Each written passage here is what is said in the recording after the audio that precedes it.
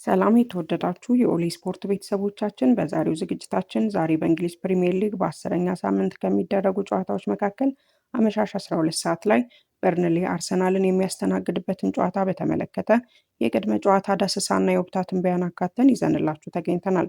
ዛሬ አርሰናል ከበርንሌ ጋር ለመጫወት ሲጓዝ በተከታታይ አምስተኛውን የሊግ ድል ለማስመዝገብ ሲሆን ካሸነፈም የደረጃ ሰንጠረዡን ለጊዜውም ቢሆን በ7 ነጥብ ልዩነት መምራት ያስችሏል። አርሰናል ከበርንሌ ባደረጋቸው ያለፉት 18 ጨዋታዎች አንድ ጊዜ ብቻ ተሸንፏል። በስኮት ፓርከር የሚሰለጥነው በርንሌ በዚህ የውድድር ዘመን ከሰበሰቡት 10 ነጥብ 7ቱን በሜዳቸው አግኝተዋል። ይህም 16ኛ ደረጃ ላይ ያስቀምጣቸዋል። የበርንሌ የቅርብ ጊዜ ጨዋታዎችን ስንመለከት ባለፈው የውድድር ዘመን በርንሌ በሻምፒዮንሺፑ በ33 ጨዋታዎች ሳይሸነፍ ሊጉን በ100 ነጥብ ያጠናቀቀ ሲሆን በአጠቃላይ በ46 ጨዋታዎች 16 ጎሎች ብቻ ተቆጥረውበታል። ይህ የውድድር ዘመን ለአዲስ አዳጊው በርንሌ ከባድ ሆኖባቸው ነበር። ያለ ድል 5 ጨዋታዎችን ከተጓዙ በኋላ በቅርብ ጨዋታዎች ሊድስ ዩናይትድን 2-0 እና ወልቭስን 3-2 በተከታታይ በማሸነፍ መሻሻል አሳይተዋል።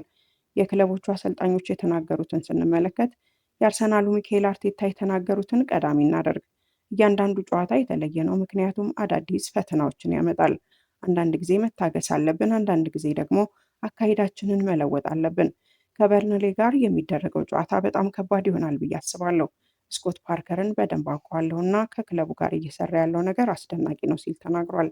የበርንሌው አሰልጣኝ ስኮት ፓርከር የተናገሩትን ስንመለከት ጨዋታውን በታዳሚያችን ፊት ማድረጋችን ለእኛ እንደ ምሽግ ነው። አርሰናል ታላቅ ቡድን እንደሆነ እናውቃለን፣ ነገር ግን ጨዋታውን ለነሱ ከባድ ማድረግ አለብን። ደጋፊዎቻችን ትልቅ ጉልበት ሊሆኑን ይገባል። ተጫዋቾቻችን በጠንካራ መንፈስ የራሳቸውን ምርጥ አቋም ማሳየት አለባቸው። ያለ ፍርሃት በራስ በመተማመን በፍላጎትና በስሜት እንጫወታለን። አርሰናልን በተቻለ መጠን ምቾት እንዳይሰማው ለማድረግና ለጥሩ ውጤት ለማምጣት እንጫወታለን ሲል ተናግሯል። የቡድን ስብስብን ወደ ተመለከተ መረጃ ስናልፍ በአርሰናል በኩል ጋብርኤል ማርቲኔሊ በብራይተን ጨዋታ ወቅት ባጋጠመው ጉዳት ምክንያት ጨዋታውን አያደርግም። ዊሊያም ሳሊባ ከክሪስታል ፓላስ ባደረጉት ጨዋታ በጉዳት ከሜዳው የወጣ ሲሆን አሁንም በምርመራ ላይ ይገኛል። ማርቲን ኦዲጋርድ፣ ኖኒ ማዱኬ፣ ካይ ሃቨርትስ እና ጋብርኤል ሄሱስ አሁንም ከጉልበት ጉዳት በማገገም ላይ ናቸው። በበርንሌ በኩል ተከላካዩ ኮኖር ሮበርትስ እና የመሃል ተከላካዩ ጆርዳን ቤር በጉልበታቸውና በጡንቻቸው ላይ ጉዳት ከደረሰባቸው በኋላ ሁለቱም ወደ ሜዳ አይመለሱም። አጥቂው ዜኪያም ዱኒ አሁንም ከከባድ የጉልበት ጅማት ጉዳት እያገገመ በመሆኑ ወደ ሜዳ ለመመለስ ዝግጁ አይደለም። ታክቲካዊ ጉዳዮችን ስንመለከት የአርሰናል ተንታኝ አንድሪያን ክላርክ እንደሚለው ከሆነ በርንሌ በስኮት ፓርከር አሰልጣጠን የ5-4-1 ፎርሜሽን ይጠቀማል ብዬ አስባለሁ። በዚህ የውድድር ዓመት ይህንን አሰላለፍ 5 ጊዜ ተጠቅሞበታል።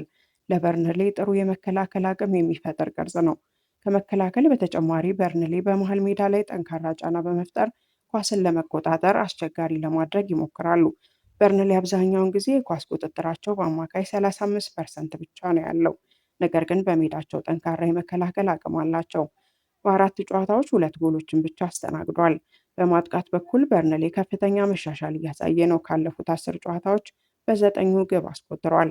አጨራረሳቸውን በጣም ጥሩ ነበር። የግራ መስመራቸው ጠንካራ በመሆኑ አርሰናል በዚያ በኩል ሊያጠቃ ይችላል። ከፍተኛ ግብ አስቆጣሪያቸው ጆይደን አንቶኒም በግራ መስመር ይጫወታል። በግራ መስመር ተከላካዩ ኩዊንዲሊሽ ሃርትማን በበኩሉ 4 ኳሶችን አመቻችቶ አቀብሏል።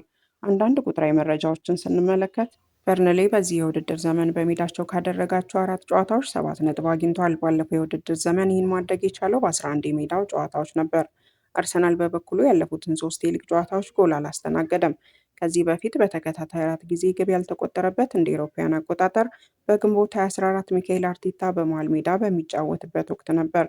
በርንሌ ከአርሰናል ጋር ባደረጋቸው 18 የፕሪምየር ሊግ ጨዋታዎች በጨዋታ ከአንድ በላይ ግብ አስቆጥሮ አያውቅም። በርንሌ ሊጉን የሚመራን ክለብ ለመጨረሻ ጊዜ ያሸነፈው በጥቅምት 1975 ኩዊንስ ፓርክ ሬንጀርስን ነበር። አርሰናል ለመጨረሻ ጊዜ በርንሌን በቱርፍ ሙር በገጠመበትና 5-0 ባሸነፈበት ጨዋታ ቡካዮ ሳካ 2 ግብ አስቆጥሯል። ባለፉት 8 የሊግ ጨዋታዎች 9 የግብ ተሳትፎ ማለትም 4 ጎሎች እና 5 አሲስቶች አሉት። ሊሳንድሮ ትሮሳርድ ከበርንሌ ጋር ባደረጋቸው በሁለቱም የሊግ ጨዋታዎች ግብ አስቆጥሯል። የበርንሌ ኩዊንዲሽ ሃርትማን ባለፉት 4 የሊግ ጨዋታዎች 4 አሲስቶችን አድርጓል። ጨዋታውን የሚመሩትን ዳኞች ስንመለከት የመሃል ዳኛ ክሪስ ካቫናህ፣ ረዳት ዳኛ ዳንኩክ እና ኢያን ሁሲን፣ አራተኛ ዳኛ አንቶኒ ቴይለር፣ የቫር ዳኛ ሮብ ጆንስ ከረዳታቸው ኒክ ሃሪንጋል ጋር ይመሩታል ተብሎ ይጠበቃል። ክሪስ ካቫና በመሃል ዳኝነት በመሯቸው 25 ጨዋታዎች አርሰናሎች 12ቱን አሸንፈዋል። እንዲሁም ባለፈው የውድድር ዘመን ዳኛው በመሯቸው አምስቱም ጨዋታዎች አልተሸነፉም። በመጨረሻ የወቅታ ትንበያን ስንመለከት አርሰናል ጨዋታውን የማሸነፍ እድሉ 70% ነው የተባለ ሲሆን በርንሌ በበኩሉ ጨዋታውን የማሸነፍ እድሉ 13% ብቻ ነው ተብሏል። ጨዋታው በአቻ ውጤት የመጠናቀቅ እድሉም 17% ይሆናል ሲል ኦፕታ ግምቱን አስቀምጧል። ለሰዓቱ የያዝናቸው መረጃዎች እነዚህን ይመስሉ ነበር። ስትከታተሉን ስለቆያችሁ እናመሰግናለን። ድጋሚ ያገናኘን ኖስቤሞስ